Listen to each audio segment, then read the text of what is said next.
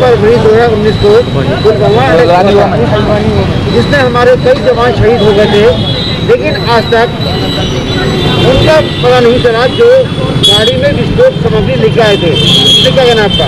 देखिए, मैं सबसे पहले तो जो हमारे वीर शहीद जवान थे उन्हें श्रद्धांजलि देने आज हम आए हैं, क्योंकि 14 फरवरी 2019 को जो काला दिन था वो हमारे बीच में जो हमारे सभी देशवासी हैं उनके दिलों पे बहुत आघात पहुंचाया था उसने।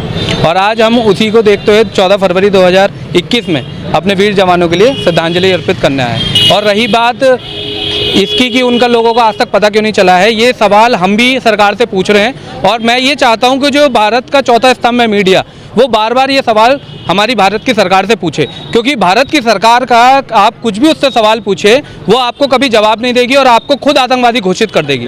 जहाँ तक कि जो हमारी भारत की सरकार है उसने हमारे देश के अन्नदाताओं को, हमारे देश के किसानों को, हमारे देश के जो सिख धर्म के भाई लोग हैं उन्हें खालिस्तानी का टप्पा दे चुकी है। अब मुझे यही उनसे पूछना है कि जो हमारे देश का जवानों को शहीद करके गए हैं उन लोगों को, जो रियल में आतंकवादी हैं, उन लोगों का ये सरकार आज तक पता नहीं लगा पाई है। और देश के अन्नदाता को और देश के जवान को और देश के बेटे को ये लोग आतंकवादी करार देते हैं। वही बात की जाए, एक ओर आज देश में हमारा जवान शहीद हो रहा है, दूसरी ओर हमारे देश का अन्नदाता आज दिल्ली की सड़कों पर बैठा है। मैं आपको सरकार ये आरोप लगाती है यदि कोई अपनी बात रखता है तो किसी को आतंकवादी और किसी को खालिस्तानी बोल दिया जाता है, यदि कोई सवाल करता है उसको देशद्रोही बोल दिया जाता है। ये कौन सी? देखिए, मैं आपको बताऊं, जो हमारे देश का संविधान है, हमारे देश के संविधान में जो करप्ट लीडर है और जो जनता को अपनी आवाज़ उठाने का जो अधिकार है वो हमारे देश के संविधान ने दिया है।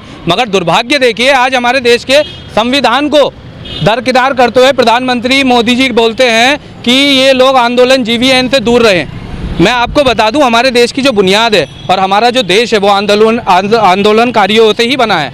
और आंदोलन करके ही हमारे देश के बड़े बड़े लीडर भगत सिंह, चंद्रशेखर आज़ाद, नेहरू जी, गांधी जी सब यहाँ पहुँचे हैं। दुर्भाग्य ये है कि ये जो सरकार कोई भी फैसला लेती है, इनके और इनके चाटुकार लोगों के अलावा वो किसी की समझ में नहीं आता। सारे बुद्धिजीवी जो हैं वो इन्हीं की सरकार में है और पूरी जनता, चाहे वो कुछ भी किसान हो, जवान हो, हमारे देश का व्यापारी हो, सब इनसे दूर हैं। उनकी समझ में नहीं आएगा, सब इन्हीं की समझ में आएगा। तो ये सरकार जो अपना तानाशाही रवैया निभा रही है, मैं चाहता हूँ मीडिया एकजुट होकर जनता की आवाज़ इनके पहुँचाए। सरकार को जनता ने बनाया है, ना कि ये मालिक बन गए हैं। वही बात करते हैं, जैसे आज 14 फरवरी वैलेंटाइन डे है और आज ही के दिन हमारे 50 जवान शहीद हुए थे, तो आज हम इसको क्या समझें? देखिए, ऐसा है, जो वैलेंटाइन डे है वो एक पुरानी टाइम से चलता हुआ आ रहा है। युवाओं का एक तरह का मनोरंजन है, या आप कुछ भी कहिए, उन लोगों का अपना प्रोग्राम है। मगर मैं कह रहा हूँ जो शहीद हैं हम उससे कोई दरकिनार नहीं कर रहे हैं, क्योंकि हम एक कट्टरपंथी का शिकार नहीं है।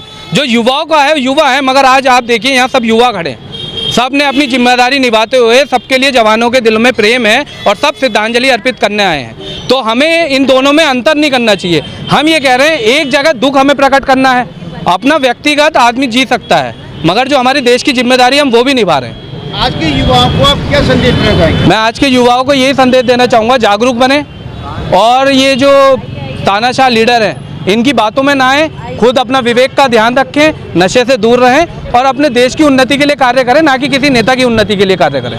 धन्यवाद।